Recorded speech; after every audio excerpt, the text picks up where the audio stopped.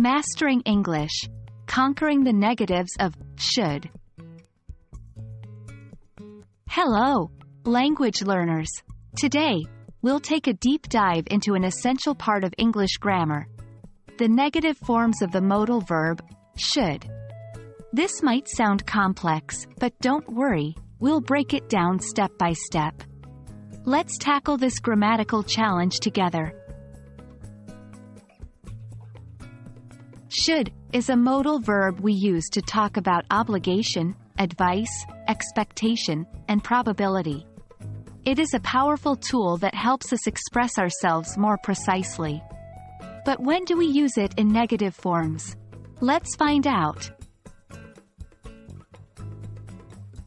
The negative form of should is should not, which can be contracted to shouldn't.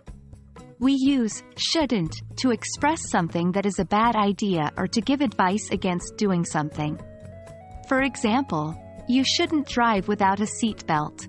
She shouldn't ignore her doctor's advice. Notice how shouldn't helps us advise against certain actions. How to construct sentences with shouldn't. It's simple. The structure is subject plus shouldn't plus base form of the verb. Here are a couple of examples. I shouldn't eat so much candy. They shouldn't be late for the meeting. What about questions? We can use should in negative questions too, to ask for advice or to express surprise. The structure is should plus subject plus not plus base form of the verb. For example, shouldn't we leave early to avoid traffic? Shouldn't he be at work by now? And there you have it. You've now got the hang of using the negative form of should.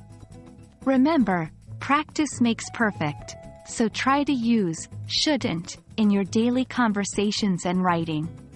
I hope you found this video helpful. Until next time, happy learning, and remember, you shouldn't be afraid of making mistakes while learning English. Keep practicing and you'll see great improvement. Goodbye.